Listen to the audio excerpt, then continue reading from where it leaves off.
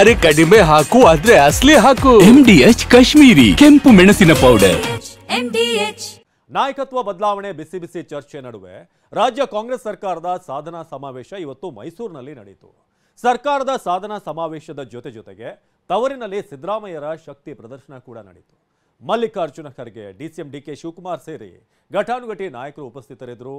ಆದರೆ ಕಾರ್ಯಕ್ರಮದ ಆರಂಭದಿಂದ ಅಂತ್ಯದವರೆಗೆ ಮಿಂಚಿದ್ರು ಮಾತ್ರ CM ಸಿದ್ದರಾಮಯ್ಯ.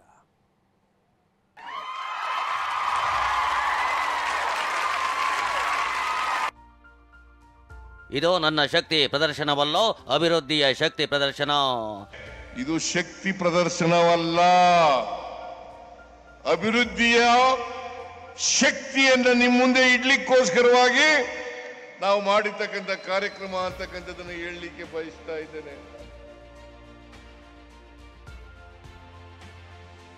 ಸರ್ಕಾರದ ಸಾಧನಾ ಸಮಾವೇಶ ಮೈಸೂರಿನಲ್ಲಿ ಸಿದ್ಧ ಸಿಡಿಲಬ್ಬರ.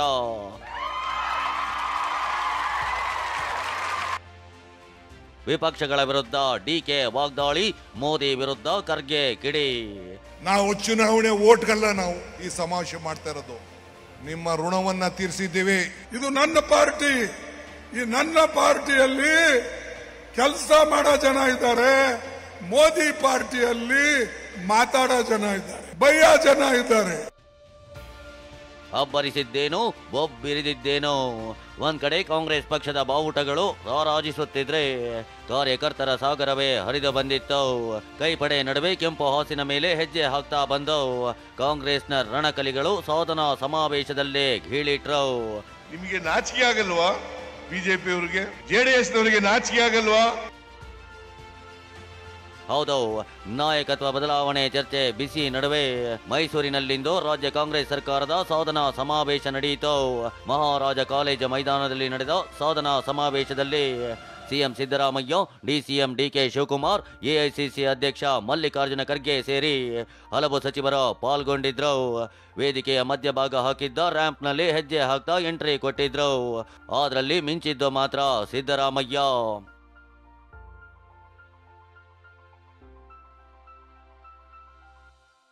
ತವರು ಜಿಲ್ಲೆಯಲ್ಲಿ ನಡೆದ ಕಾರ್ಯಕ್ರಮದಲ್ಲಿ ಸಿದ್ದರಾಮಯ್ಯ ಪರ ಕ್ರೇಜ್ ಜೋರಾಗಿತ್ತು. ಸಿದ್ದರಾಮಯ್ಯ ಫೋಟೋಗಳನ್ನು ಹಿಡಿದು ಕಾರ್ಯಕರ್ತರು ಪರಾಕ್ ಹಾಕಿದ್ರು.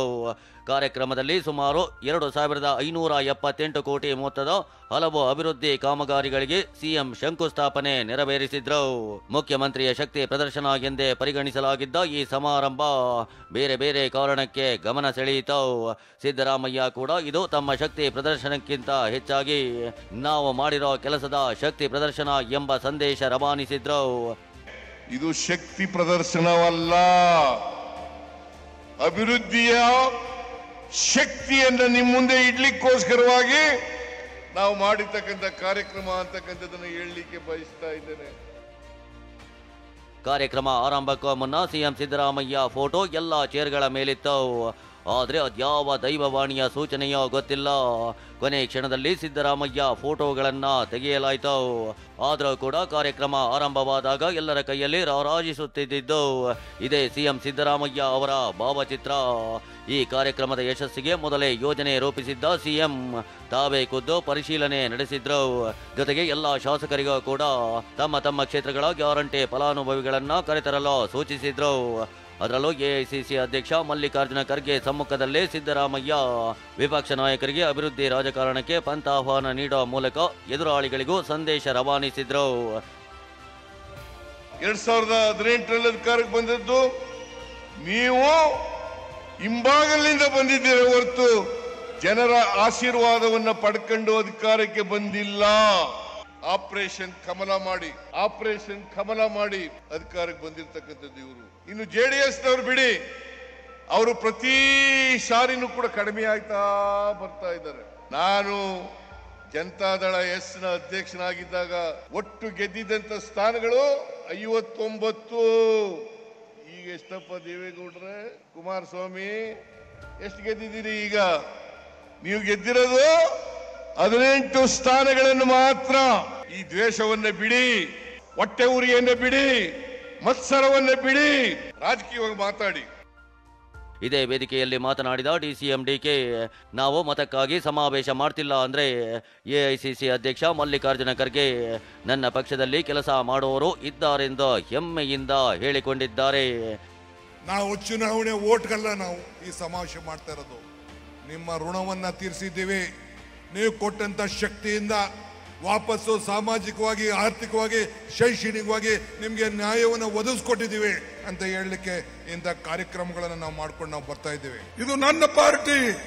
ಈ ನನ್ನ ಪಾರ್ಟಿಯಲ್ಲಿ ಕೆಲಸ ಮಾಡೋ ಜನ ಇದ್ದಾರೆ, ಮೋದಿ ಪಾರ್ಟಿಯಲ್ಲಿ ಮಾತಾಡೋ ಜನ ಇದ್ದಾರೆ, ಬಯ್ಯೋ ಜನ ಇದ್ದಾರೆ.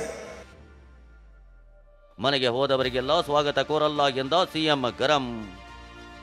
ಇವತ್ತಿನ ಸಮಾವೇಶ ಕೆಲವೊಂದು ಇಂಟ್ರೆಸ್ಟಿಂಗ್ ಘಟನೆಗಳಿಗೂ ಕೂಡ ಸಾಕ್ಷಿಯಾಯಿತು. ಕಾರ್ಯಕ್ರಮದಲ್ಲಿ ಭಾಗಿಯಾಗಿ ಡಿಕೆ ಕೆಲಸದ ನಿಮಿತ್ತ ಕಾರ್ಯಕ್ರಮದಿಂದ ಅರ್ಧದಲ್ಲೇ ಬೆಂಗಳೂರಿನತ್ತ ಹೊರಟು ಹೋಗಿದ್ರು. ಬಳಿಕ ಭಾಷಣ ಆರಂಭಿಸಿದ್ದ ಸಿದ್ದರಾಮಯ್ಯ ಎಲ್ಲರ ಹೆಸರನ್ನ ಹೇಳಿ ಡಿಕೆಶಿ ಹೆಸರು ಹೇಳಲಿಲ್ಲ. ಈ ಸಂದರ್ಭದಲ್ಲಿ ಹಿಂಬದಿ ಬಂದ ವ್ಯಕ್ತಿ ಡಿಕೆ ಹೆಸರು ಹೇಳಿ ಅಂದಿದ್ದ.